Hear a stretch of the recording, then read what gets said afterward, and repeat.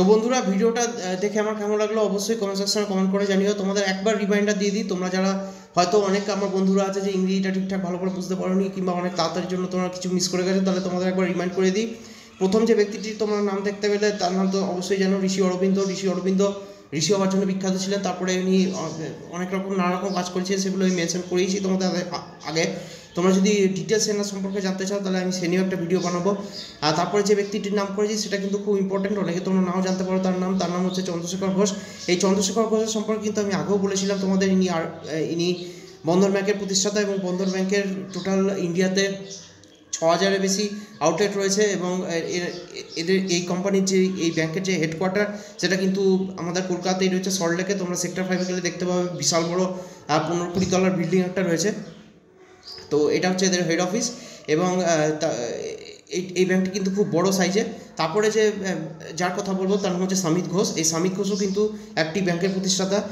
তার জন্ম হয়েছিল ঝাড়খণ্ডে এবং তার যে ব্যাংকের মেন হেড অফিস সেটা কিন্তু হয়েছে কর্ণাটকাতে। তার ব্যাংকের নাম হচ্ছে কর্ণাটকার ব্যাঙ্গালোরে হয়ে যাবে। তার ব্যাংকের নাম হচ্ছে উজ্জীবন স্মল ফাইন্যান্সিয়াল ব্যাংক। এবং এই উজ্জীবন স্মল ফাইন্যান্সিয়াল ব্যাংক কিন্তু 800টার উপরে এদের আউটলেট রয়েছে সারা ইন্ডিয়াতে এবং 26টি স্টেটে ছড়িয়ে রয়েছে। চন্দ্রশেখর ঘোষের বন্ধন ব্যাংকের মতন বড় না হলেও কিন্তু এই ব্যাংকটি অনেকটাই বড়। এদের যে মার্কেট ক্যাপিটাল সেটার পরিমাণ হচ্ছে 9,500 কোটি টাকা, 9,000 কোটি টাকার মতন। তোমরা দেখে নিতে পারো সার্চ করে। তো এবার কথা হচ্ছে যে এই ব্যাংকটা দিয়ে গেল, এবার আরেকজন ব্যাংকারের নাম বলবো, তার নাম হচ্ছে অমিতাভ ঘোষ। ইনি কিন্তু কোনো ব্যাংক স্থাপন করেনি বা প্রতিষ্ঠা করেননি, ইনি ছিলেন আরবিআইয়ের গভর্নর এবং শর্টেস্ট পিরিয়ড অফ টাইম হিস্ট্রিতে আরবিআইয়ের ইনি গভর্নর হয়েছিলেন। ইনি গভর্নর ছিলেন মাত্র 25 দিনের জন্য। 1985 সালে ইনি আরবিআইয়ের গভর্নর হয়েছিলেন। এবং তোমরা যদি গভর্নরের সম্পর্কে না জানো তাহলে তোমাদের জানিয়ে রাখি যে আরবিআইয়ের গভর্নর হচ্ছে সবথেকে উঁচু পজিশন। তোমরা অনেক জায়গায় আরবিআইয়ের গভর্নরের সিগনেচার দেখতে পাবে।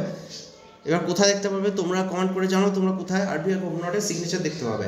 এবার অমিতাভ ঘোষ তো গেল, এবার ব্যাংকারের যে ব্যাপার আছে সেটা চলে গেল। এবার সিইওর পজিশন আসছে। তো সিইওর মধ্যে সবথেকে বড় যে সিইও ছিলেন তার নাম হচ্ছে অসীম ঘোষ।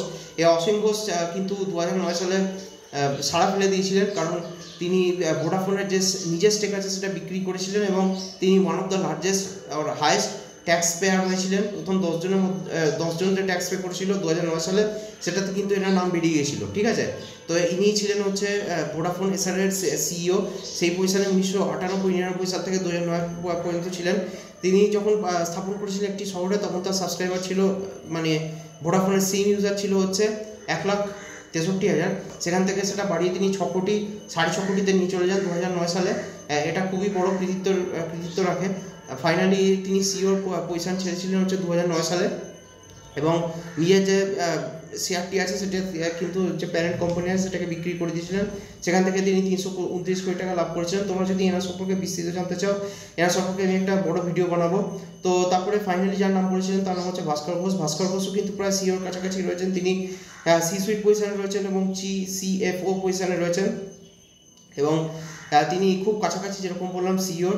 এবং তিনি সিইও হচ্ছেন অ্যাকসেঞ্চারের যে ওয়েবসাইট আছে সেখানেই তোমরা দেখতে পাবে 2020 সালে এনাকে সি সুইট পজিশনে রাখা হয়েছিল। তো এই তোমাদের আজকে জানানো ছিল। আমি এর যে নেক্সট পার্ট সেটা পরের ভিডিওতে তোমাদের সাথে ডিসকাস করবো আর কোন ঘোষ বিখ্যাত। কিন্তু তোমরা দেখলে অবাক হয়ে যাবে যে ম্যাক্সিমাম যে ঘোষ আছে তারা কিন্তু ফাইন্যান্সিয়ালি অনেকটা স্ট্রং। ঠিক আছে, আজকে যাদের বললাম এন্টারপ্রিনিয়ারশিপ স্কিল, সেখানে নেক্সট ভিডিওতেও কিন্তু তোমাদের যাদের বলবো ম্যাক্সিমাম কিন্তু বড় বড় ইন্ডাস্ট্রি কিংবা ব্যাংক তারা স্থাপন করেছেন কিংবা অন্যান্য বিজনেস প্রতিষ্ঠান স্থাপন করেছেন। তো ভিডিওটা কেমন লাগলো অবশ্যই কমেন্ট সেকশনে কমেন্ট করে জানিও। আজকে পর্যন্তই, ধন্যবাদ শোনার জন্য। বাই।